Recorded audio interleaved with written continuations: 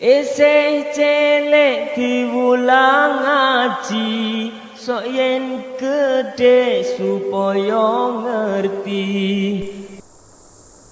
Assalamualaikum warahmatullahi wabarakatuh. Bismillah, alhamdulillah, wa la hawla wa la quwwata illa billah. Allahumma salli ala sayyidina Muhammad wa ala ali sayyidina Muhammad. Amma ba'du. Para sahabat sekalian, alhamdulillah, bersyukur kepada Allah Subhanahu wa taala, dan tidak lupa senantiasa kita panjatkan salawat dan salam kepada baginda Rasulullah sallallahu alaihi wasallam.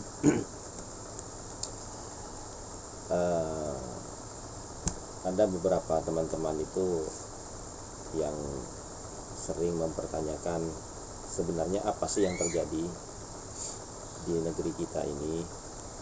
Kenapa kok negeri yang selama ini dikenal dengan negeri yang aman, damai, terus masyarakatnya itu murah senyum, baik, gitu kan, sopan, suka tolong menolong, gitu kan, bersahabat, ramah, dan lain sebagainya.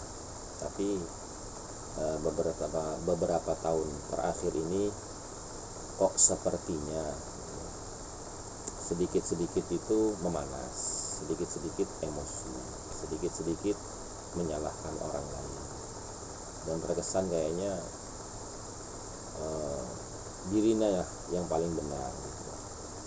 Padahal kalau kita mau berpikir, merenung gitu kan ya, mengevaluasi diri gitu.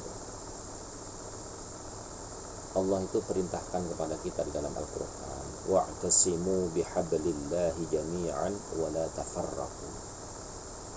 Berpegang teguhlah kalian semua kepada tali agama Allah, jangan kalian bercerai-berai. Maka untuk menjaga persatuan dan kesatuan umat Islam, khususnya bangsa Indonesia pada umumnya, maka sesuatu yang tidak perlu dikomentari, sesuatu yang tidak perlu dikritik, sesuatu yang tidak perlu dijadikan untuk bahan diskusi, maka hendaknya dihindari gitu. Masalah furu'iyah itu kan ya sudah hal yang biasa di dalam dunia para ulama, dunia para santri. Masalah khilafiyah itu masalah yang biasa ya, seperti misalkan yang baru-baru ini ya, ada yang terkesan siapapun kalau melihat videonya gitu kan, itu terkesan bahwasanya menyalahkan apa yang diamalkan oleh sebagian kelompok umat Islam di Indonesia ini dalam hal doa istiftitah, yaitu inni wajjahtu wajhiya lilladzi fataras samawati wal arda, dan seterusnya. Padahal itu kan bukan sesuatu yang wajib, tidak termasuk rukun di dalam ritual sholat, sehingga dikerjakan ataupun tidak, diamalkan ataupun tidak, itu tidak jadi soal gitu loh.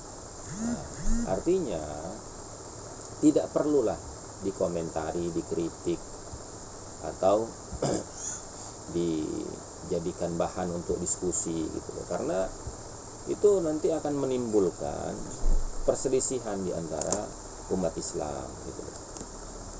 Begitu juga ada orang yang mohon maaf ya, sholat misalkan takbirnya ada yang begini, ada yang begini gitu, macam-macam lah gitu kan gitu. Yang wajib itu kan dalam mazhab Syafi'i khususnya, yang wajib itu kan takbiratul ihramnya, yakni mengucapkan Allahu Akbarnya. Adapun mengangkat tangan itu kan tidak termasuk rukun gitu loh. Maka tidak perlu dipermasalahkan itu gitu loh, agar supaya tidak menimbulkan polemik gitu loh. Maka kepada sahabat-sahabat sekalian, teman-teman sekalian, saudara-saudara sesama umat Islam, mari kita kedepankan sesuatu yang membuat kita itu tetap berada di dalam naungan agamanya Allah Subhanahu wa taala, tidak menjadi terpecah-pecah, terkotak-kotak kita, saling mendukung satu sama lain dengan cara menghindari apapun yang berpotensi untuk menimbulkan perpecahan dan perselisihan, apalagi perdebatan gitu. Sebenarnya gampang, ya kan? Sebenarnya gampang kalau kita mau berpikir gitu kan. Tidak mungkin umat Islam di Indonesia ini, yang kita tahu banyak ulamanya, banyak orang alimnya gitu. Tidak sedikit, apalagi di Nahdlatul Ulama, gudangnya para ulama di situ itu gitu. Cuman para ulamanya itu kebanyakan khumul itu apa sih? Tidak terobsesi untuk dikenal orang, tidak terobsesi untuk pengen jadi terkenal. Nah, banyak yang seperti itu gitu. Walaupun sebenarnya memperkenalkan diri, pengen terkenal itu nggak ada masalah, yang penting tujuannya untuk kemaslahatan umat gitu. Dan untuk tujuannya meninggikan kalimatnya Allah Subhanahu wa taala, li'ilai kalimatillah, nggak ada masalah sebenarnya gitu. Akan tetapi dengan sedikit kita dikenal orang, kemudian melihat bahwasanya kita banyak followernya, banyak viewernya, kemudian kita merasa diri kita itu adalah orang yang lebih dari orang lain, sehingga berani mengkritik, mengomentari sesuatu yang sebenarnya nggak perlu dikomentari gitu loh. Itu akan menimbulkan polemik kalau kita teruskan gitu kan. Nah, jadi kembali lagi, kalau kita mau berpikir gitu kan, tidak logis, tidak mungkin, tidak masuk akal kalau seumpamanya masalah-masalah furu'iyah yang ada di Indonesia ini tidak diketahui oleh para ulama benar dan salahnya. Tidak mungkin kalau itu salah dibiarkan oleh para ulama. Nah, berarti kalau dibiarkan itu, berarti itu memang tidak menyalahi syariat dan tidak dinyatakan salah gitu loh. Adapun berbeda pendapat, berbeda mazhab, itu hal yang biasa. Jadi tidak perlu dijadikan alasan untuk kita saling membenci satu sama lain, saling mengkritik satu sama lain gitu kan. Apalagi di medsos. Karena medsos ini mayoritas itu adalah orang-orang awam yang tidak mengerti khilafiyah di dalam ilmu fikih gitu. Kalau memang mau mengkritik, mau mendiskusikan masalah-masalah furu'iyah, maka ada wadahnya.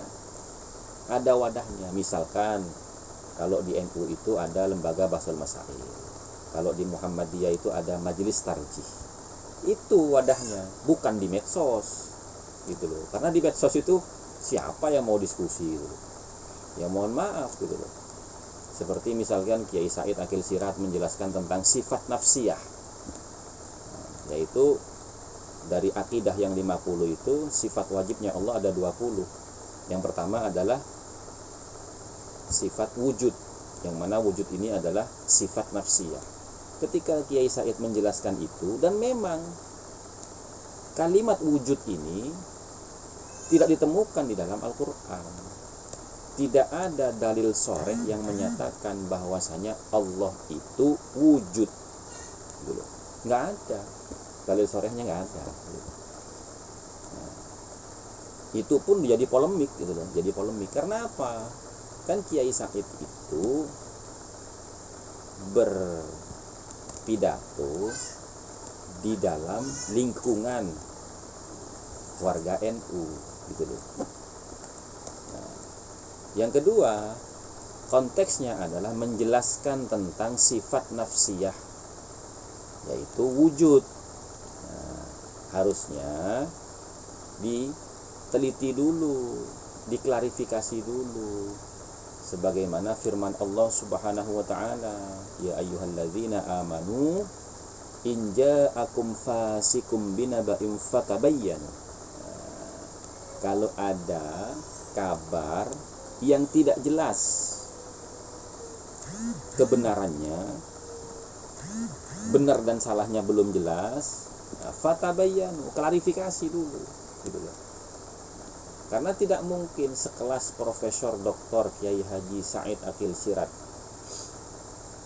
ketum PBNU, itu akan meniadakan Allah Subhanahu wa taala, yang mana menjadi akidah kita meyakini tentang adanya Allah Subhanahu wa taala gitu. Jadi ya marilah kita itu lebih mengedepankan sesuatu yang bisa mendatangkan kemaslahatan bagi umat, yang bisa mempersatukan umat Islam. Sebisa mungkin kita menghindari hal-hal yang mendatangkan mafsadah dan bisa menimbulkan perpecahan di dalam tubuh umat Islam.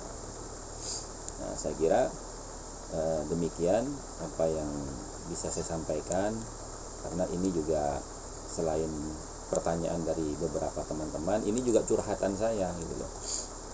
Kurang lebihnya mohon maaf, apabila ada salah mohon dikoreksi, dan mudah-mudahan ada manfaatnya dan ada barokahnya, dan mudah-mudahan juga bisa menambah pemahaman dan pengetahuan kita, dan mudah-mudahan kita semuanya oleh Allah Subhanahu wa taala digolongkan menjadi bagian dari umatnya Kanjeng Nabi Muhammad SAW yang senantiasa mendapatkan barokah syafaat beliau fid dini wa dunya wal akhirah.